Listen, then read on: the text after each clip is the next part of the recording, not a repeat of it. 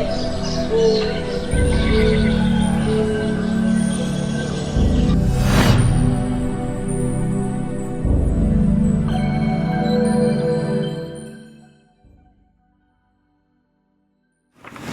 everyone, today I'm sitting here with Dr. Mehdi Husaini. Dr. Mehdi Husaini is a physician and a devout Muslim actively involved in various faith-based initiatives.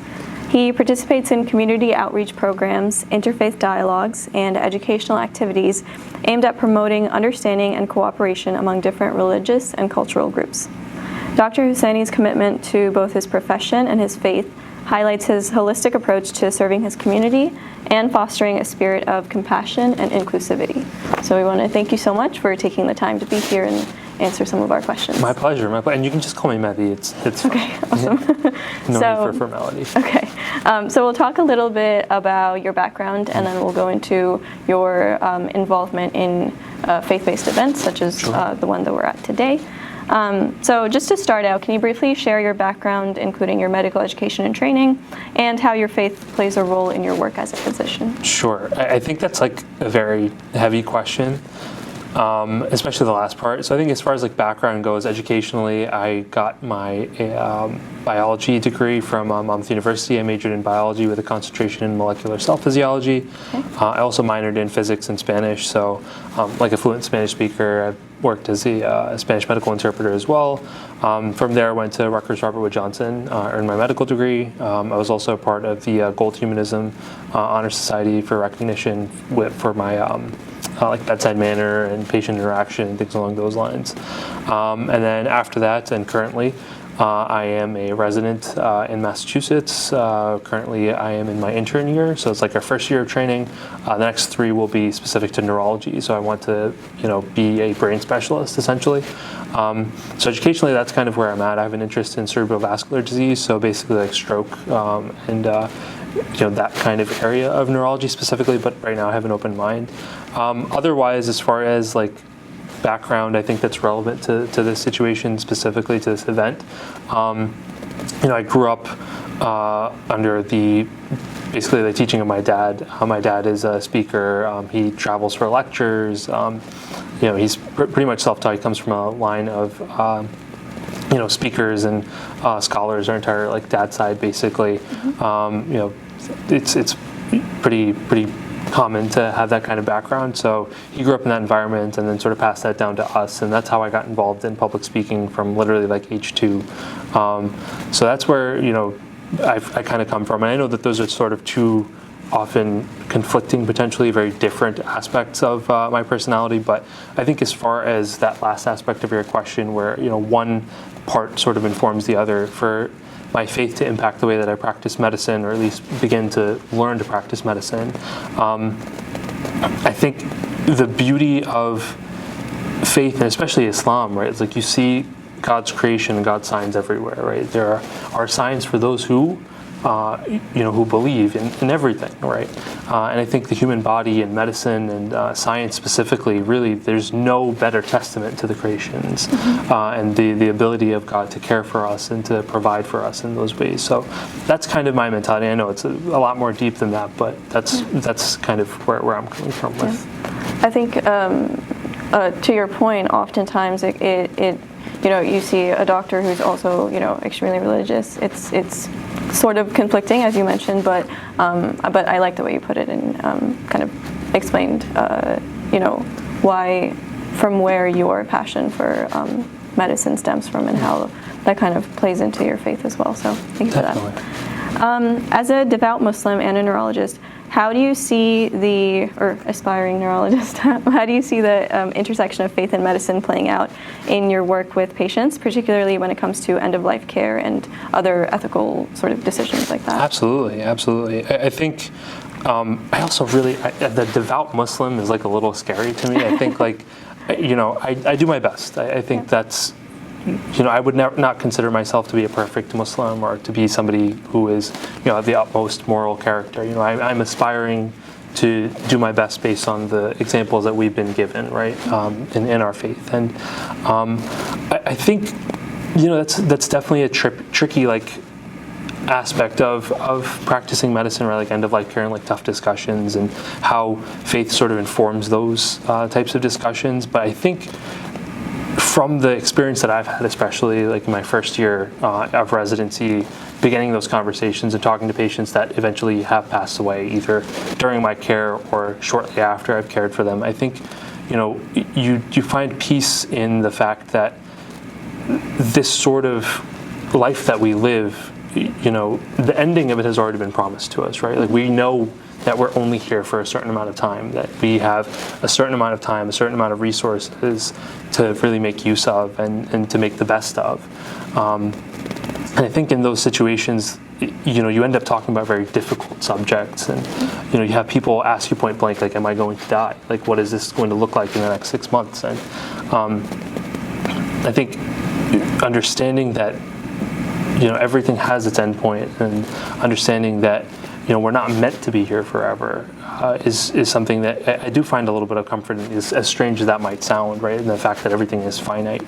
But I think faith specifically, like I've literally done death exams and been like, wow, inna lillah, right? Mm-hmm. So I think, again, my experience is very, very limited at this stage of my training, but I think there really is a beauty in all of that, right? That some people do get better and some people don't, and there's a limit to what we can do, and there's no limit to the one that we worship, and I think that's where I find a lot of peace. Yep, that's beautiful. So going back to the first question about your background, you mentioned that you are currently in a residency program, and so I think when you're, younger, there's, you're focused on your career, you have a lot going on in your life, whether you're pursuing healthcare or whatever field it is, law school or whatever it may be. For you, how do you balance the demands of your education and your training with your commitment to all of the public speaking that you do in terms of, the events that you go to and talk about Islam or the Ahlul Bayt? Yeah, no, and I think that's something that I still have some difficulty with, right? Because residency takes up so much of your time, medical school takes up so much of your time. Any professional endeavor is going to take up a lot of your time. But I think there's some things that you compromise on and then some things that you can't, right?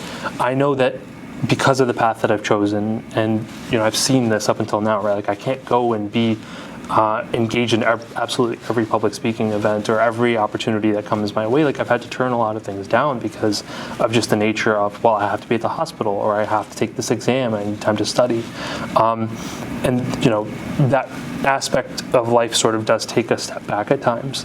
But I think some things also you shouldn't compromise on. Like I am very proud of the fact that I make time to pray, like even when the schedule gets difficult and you're, putting in 12 to 14, 16 hours a day, right? Finding time to pray and, having places where you're not going to compromise are also really important to me. Yeah. Again, not to say that I'm perfect in any way, shape, or form, but I think making that time is really important, and kind of having areas where you're not going to budge is really important. The other aspects of things, it can sort of, ebb and flow. Like school will kind of take a backseat at times, and you'll have more time to do things, and I think that's when you take advantage of the stuff that you're also passionate about.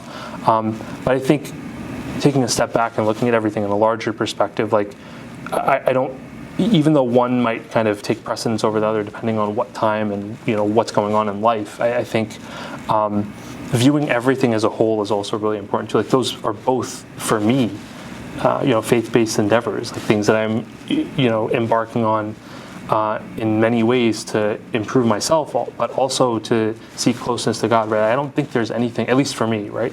I don't think there's anything that I could do that would be more beneficial for my faith than trying to heal others. Yeah. Yep. I think to your point, prioritization is very, very important. But then I think about, you're so focused in your career, and then let's say, God forbid, something horrible happens in your personal life. It's like you automatically kind of, push it to the side. So it's about, I guess, balancing the priorities. Definitely, to your point. Definitely. Let's talk a little bit about your lectures that focus on the Ahlul Bayt, which is the family of Prophet Muhammad, peace be upon him. Can you share your perspective on the importance of understanding and promoting the values of compassion, justice, and equality that's embodied by the Ahlul Bayt? Well, I think I alluded to it earlier in the sense that, like, hey, we have really great role models. And I think for us as Shia Muslims especially, we have the best role models. You're not going to find anybody who has such a wealth of information to draw on when it comes to problems of ethics or morals.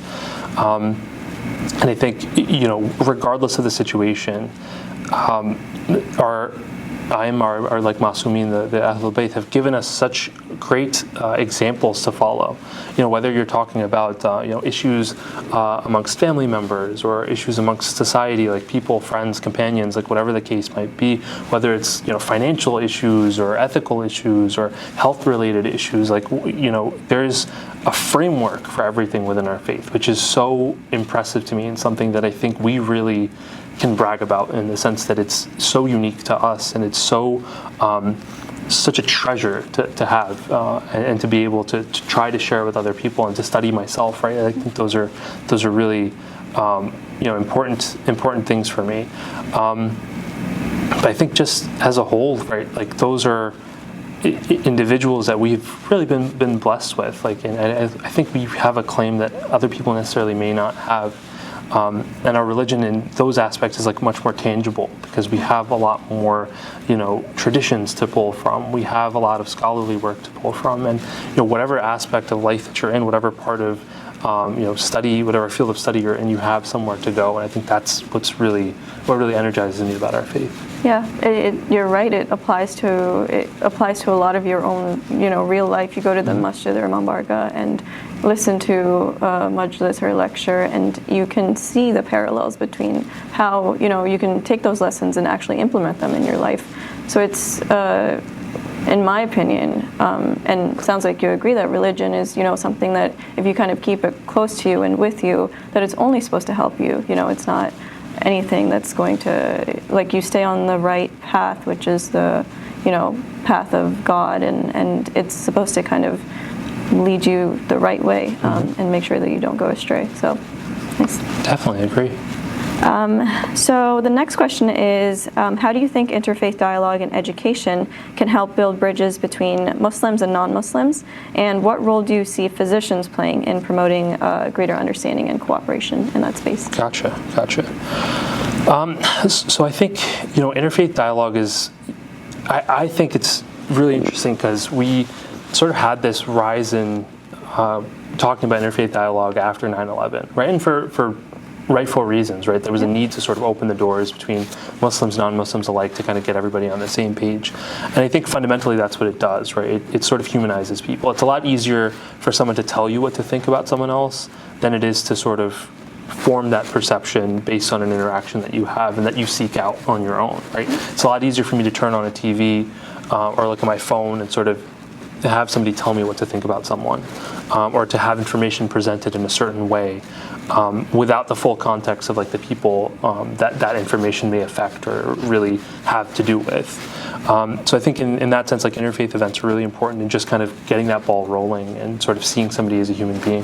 But I think that first, that major wave that we saw after 9/11, it's funny to me that that's what's, what gets the most attention, when in reality, interfaith dialogue has been, especially in the Muslim tradition, it's been part of our understanding of faith in general from the absolute very beginning. One of the first things Prophet Muhammad, peace be upon him and his family, did, one of the first things that he did was that he sent people from Mecca who were facing persecution to the kingdom of a Christian king.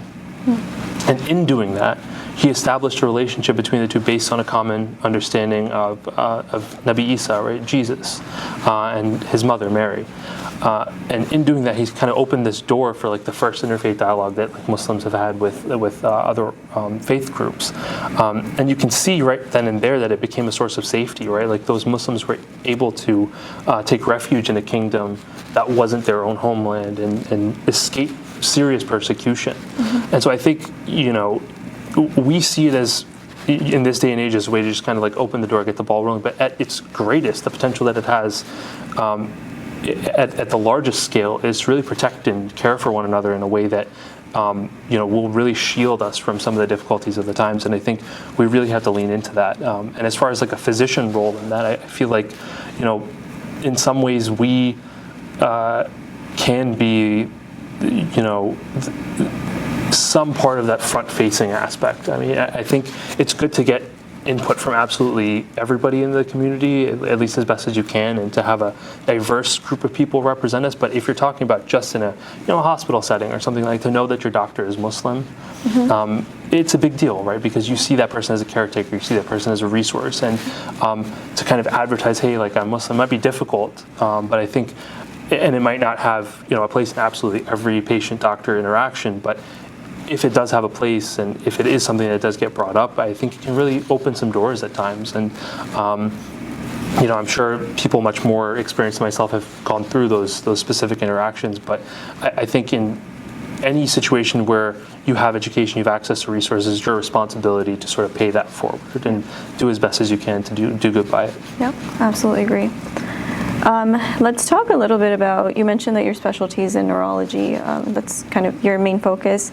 Can you maybe mention some insights on the latest research that you've come across in that space, and talk about how you think community-based initiatives can improve patient outcomes? So that's definitely a big question. Yeah. And I think that's probably better addressed by like a more accomplished and somebody that's like more familiar with the field of neurology. What comes to mind, I think, is what's sort of newer, I guess, is like as far as like research goes. The brain is like the last frontier. I think majority of the other stuff we have a pretty good handle on, but some of the stuff with the brain is just so interesting to me. This is a big reason of why I pursued this field in general, is because it's we know enough about it to kind of have familiarity with it, but at the same time, there's some aspects that are just completely, foreign to us, and it's a really beautiful thing to like not know enough about the thing that sort of helps us go about every single daily task. One of the cool things that I heard recently was like Ozempic, for instance. Not only is it good for like cardiovascular benefit and like a weight benefit, and you have like an endocrine benefit too, where you can manage diabetes with it pretty well, but it also has another benefit to the brain where it reduces like long-term risk of stroke, which is like pretty cool. I mean, and you think about it being sort of something that is a common denominator. That receptor is a common denominator amongst like many different systems, and there may be something to do with like the cardiovascular benefits sort of down the line, decreasing the risk of stroke versus like potentially like a lot of off-target effects. And I think taking a step back, thinking that there's that kind of one receptor all across the body, and this one molecule is able to kind of change the game when it comes to so many different systems. It really is a beautiful thing to think like the human body is so interwoven, like all those systems are interconnected amongst one another. And I think to kind of try to wrap your head around. Again, I'm a trainee, so I don't have the the most well-rounded view of all that, but I think just from that perspective, just starting out, seeing just a taste of like what's capable, what the body is capable of, like what medicine is able to do, and like what we're at the forefront of is really amazing to me. Yeah, I think you mentioned at the beginning that we know a lot about the brain, but there's also a large part that we don't know about. Yeah. And so I connected that to.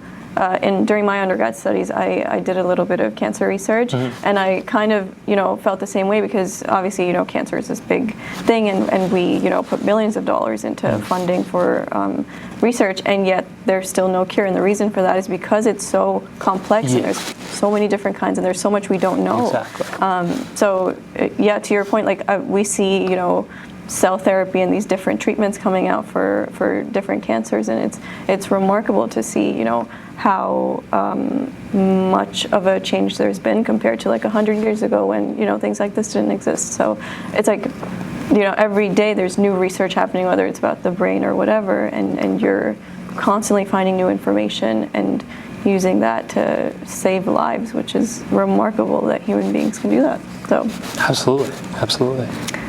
So as someone committed to community health and institutional leadership, what changes would you like to see in the healthcare system to better serve marginalized or underserved populations? Because we do see this as kind of a sort of issue that kind of comes up, here and there. So what are your thoughts on the current healthcare system, and if there's any potential improvements? I think that's a really, really large discussion. I think it's like very easy to kind of sit back and sort of like being like an armchair sort of physician, be like, oh, well, this is wrong, and this is wrong, and this is wrong. But I think for me, just over the last 6 months, having experienced a lot of like the shortcomings of healthcare, it's been really eye-opening, right? Like you think of, just the way, for instance, like specialty care is set up and like how inaccessible that is for so many different populations. And I mean, even the way that we sort of like inter-hospital transfers work and how that leaves a lot to be desired in the sense of like people getting worse and then not being accepted, clinically declining, and then not being able to find a bed at a place that will definitely be able to take care of them better. I mean, that's something that I've encountered. It's been really, very, very frustrating. Or like even obtaining prior authorization for medications that like a patient absolutely needs by any indication of like any physician's clinical judgment, still having to jump through hurdles. I mean, you could go on and on about these kinds of issues. I mean, the thing that I'm kind of becoming more interested in actually is potentially like stroke recovery, which I think is like really interesting to think about, because like if somebody has a stroke and they come to the hospital, you get treatment for it, but you have sort of the 6 to 12 month window depending on your brain reserve basically and the degree of damage to the brain. You have some time in which you can regain a lot of that function, or at least some of that function. And it's unfortunately very dependent on access to rehab. So that can vary drastically. Like I've seen situations, even in medical school, where like a patient wasn't able to access rehab and she had full-on like contracture of the right arm because she had one stroke, and then she had a stroke on the other side of the brain, and that caused contracture of the other arm. And had she been able to get to rehab, maybe there would have been something that could have been done as far as like regaining some capability, but she just couldn't afford it. She was in this country as an undocumented immigrant, and it was a whole problem with getting authorization for those services. And I mean, it's really unfortunate because like those, especially when you have a situation in which you can intervene, you have the resources, and then there's some sort of red tape that's preventing you from mobilizing that resource to help somebody, because ultimately you get into the field to do good and to help people as much as possible, but when somebody tells you you can't, it's a real source of frustration. And I think you encounter those really on those types of situations. You encounter pretty much on the daily, and it's very frustrating, absolutely. And again, like I'm only 6 months into it, and I've felt situations that are pretty frustrating, and I can't imagine how that's going to compound across like many years as far as my career will go. Yeah, healthcare is not a sort of individualistic field. You're depending on a lot of people. Yeah, definitely. And again, right? Like if it's frustrating to me, imagine how frustrating it is to a family member or to the patient themselves. It's really, really unfortunate, the situations. I've also heard that the healthcare system in America specifically is very complex compared to other countries. So it's interesting to hear that as well, because there's a lot of out of like any first world country, we pay the most, and then annually I think like patients will pay the most, and we still have these types of issues. So it's really unfortunate. But. So let's talk about leadership in patient care. So early on, you mentioned that during your undergrad studies you served as a student body president.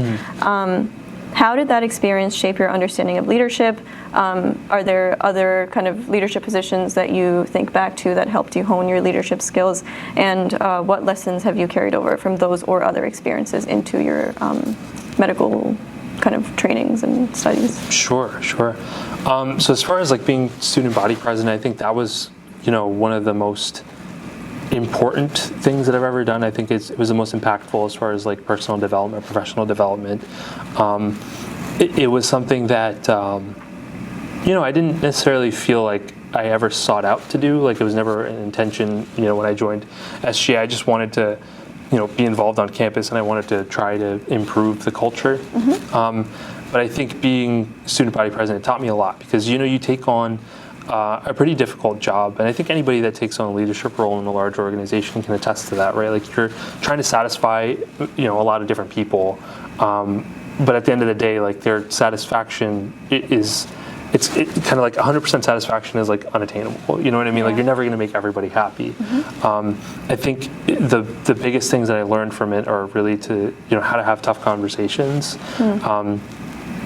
Really creating space so that there is dissent, but being able to kind of do that in a professional manner, I think is a really important obstacle that we had to kind of deal with multiple times throughout the year. And I think, again, in any situation, any leadership position I've been in, there have been tough conversations, but I think that's really what taught me how to handle them very well, or at least better than I had in the past. I think, especially in situations where people are coming from different backgrounds or they have different beliefs that they're really, really hanging on to, I think it's very easy to lose sight of all that in a debate, that there's another human being at the end of the day that's on the other side of you.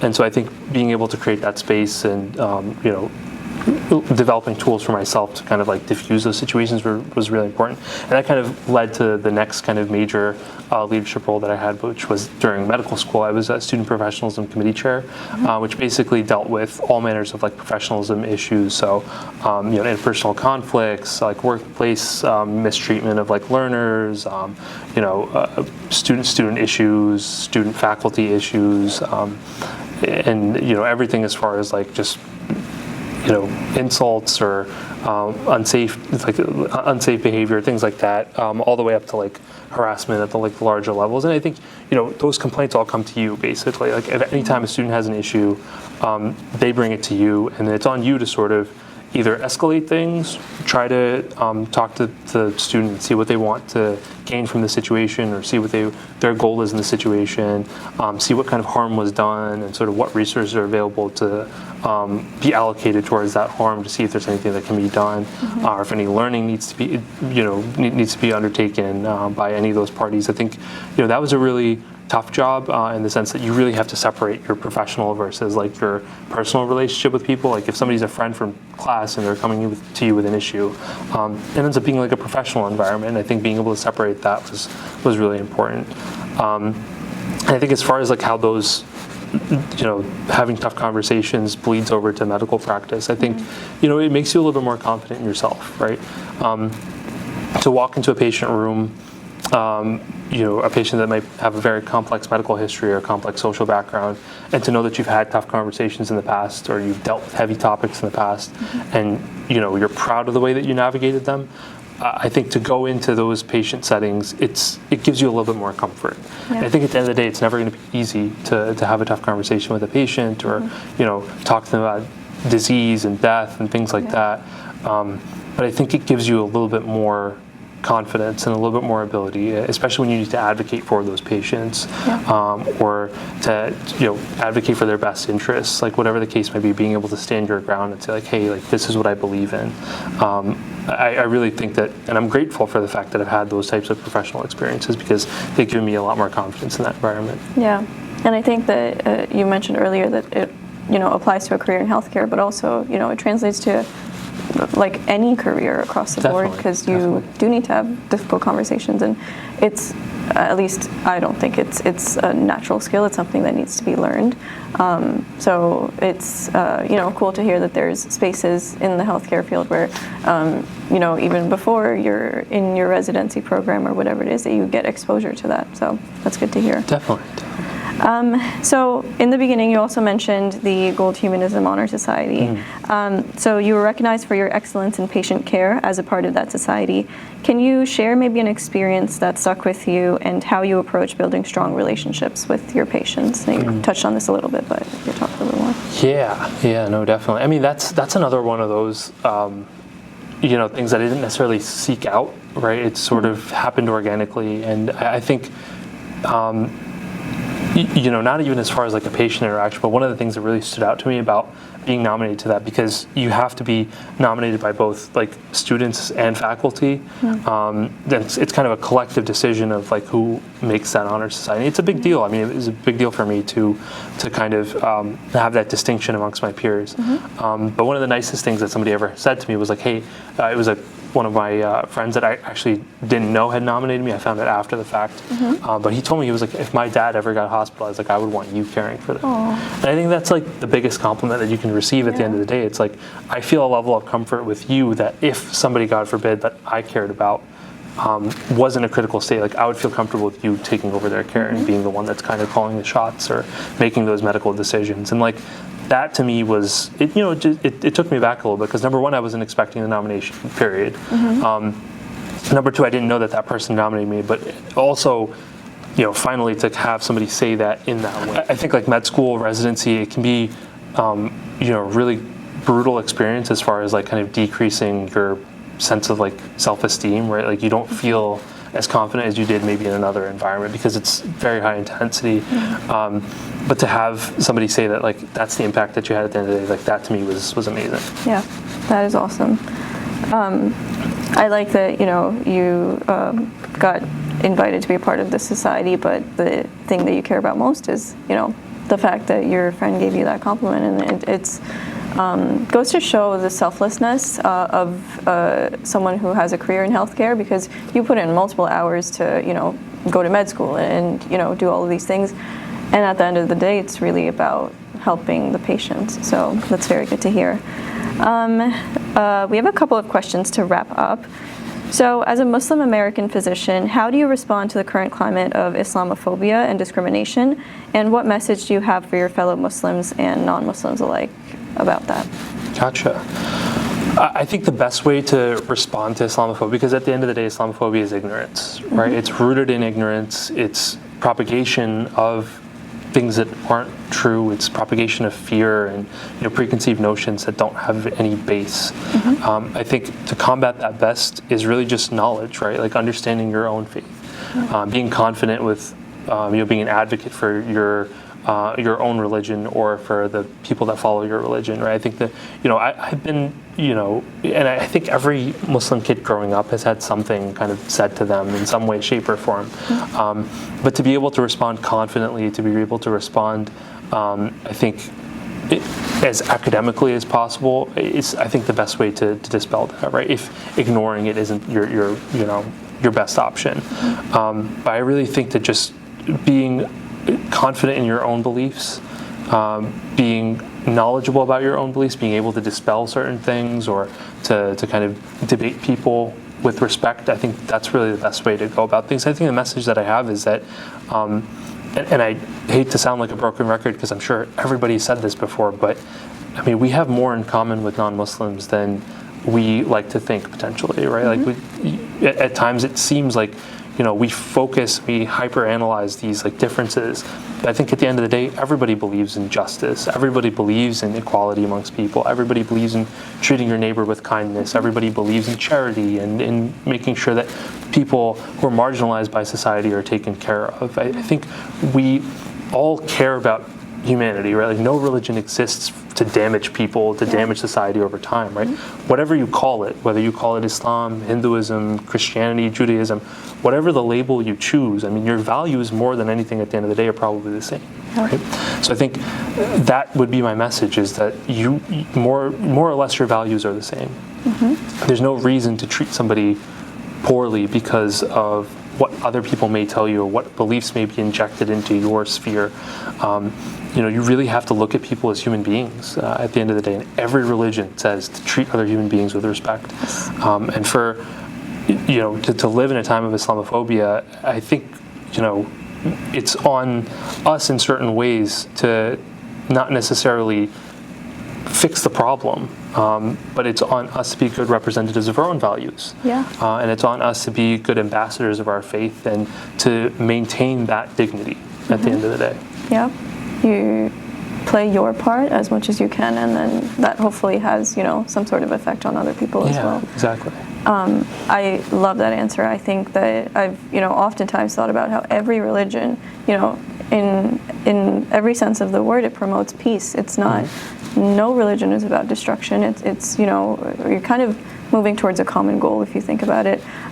So instead of letting it divide us, it should more so bring people together. Absolutely. Just one last question to wrap up. If there are, youth aspiring physicians watching this who are maybe also Muslim or, want to get more connected with their faith, what is your advice to them on kind of maintaining that balance? I know we touched on this earlier, but, you have gotten multiple accomplishments during your training. And so what would be your advice to those people who want to do the best in their career and then also focus on their religion? First off, I would want to say that nothing I've done is I don't think super special or out of the ordinary. You know what I mean? I think, like I don't want to have myself come across as some kind of like exception to a rule, or someone that's like so outstanding. Like I'm not perfect. I totally understand. Then I think that your journey is never going to be 100% perfect. And I think whether medicine's your passion, or law, or teaching, or whatever you want to chase in life, I think it's just important to keep a couple of things in mind. It's like, number one, don't compromise on those things that we kind of talked about earlier, right? Like, have things that you care about, values, practices that are part of your faith that you care about, that you're not willing to compromise on. And as best as possible, you adhere to those things, because that's going to be your framework to guide you. It's very, very easy to, I think, succumb to the peer pressure and to become, like everybody else, so to speak, in the sense that you maybe not. You maybe don't adhere to prayer, or maybe don't adhere to some certain practices, or whatever the case might be. It's very easy to let those things go when people around you aren't doing those. But I think if you make certain things non-negotiables, that's really helpful. I think also on a larger level, be the best at whatever you do, right? Like, it doesn't, we have a lot of pressure to do certain things, like, go into medicine and go into certain fields. And I think whatever you choose at the end of the day, it should really check off two boxes if you want it to be compatible with your faith. Number one, it should in some way, shape, or form help other people. Like, whether you're setting that time aside on your own, aside from your job, and you're using your job as a means to help others, or your job specifically is meant to service other people, that's a non-negotiable. And then number two, whatever you do, give 100%. Do as best as you possibly can. Make your infallibles proud. Make the Masumin proud. If you're carrying their name, right, you should be a good representative as best as you possibly can of those values. And so I think that would be my biggest advice. Like, if you want to pursue professional study, if you want to do your best to excel, is you really can't compromise on certain things. You really have to do your absolute best, and you have to keep humanity in mind at the end of the day. Like, whatever you do has to benefit other people. And I think if you do those things, I feel like Islam just organically will push you forward, because it makes those beliefs, it makes those practices so much easier when you kind of root yourself in those things. And I think everybody has something. You'll notice, right, when you move through professional circles, like, you'll notice, like, everybody has something that they truly feel passionate about, that they sort of draw strength from. And I think if you can make Islam that thing, I think the sky is the limit, really. Yeah. I think to your point, as Shia Muslims, we have a sort of responsibility to keep going with the teachings that we learn, over the course of the years, and the, Imam Barga, or whatever it is, to kind of, again, implement those into your life and make them your daily practice, so that you can spread the right message, which is, what they stood for. I just want to say I appreciate your time and all of the insight that you've given today. Thank you. We appreciate you, coming here and speaking at the Prophet Day conference. It's my pleasure. My pleasure. Thank you guys for having me. Appreciate it. Thank you so much.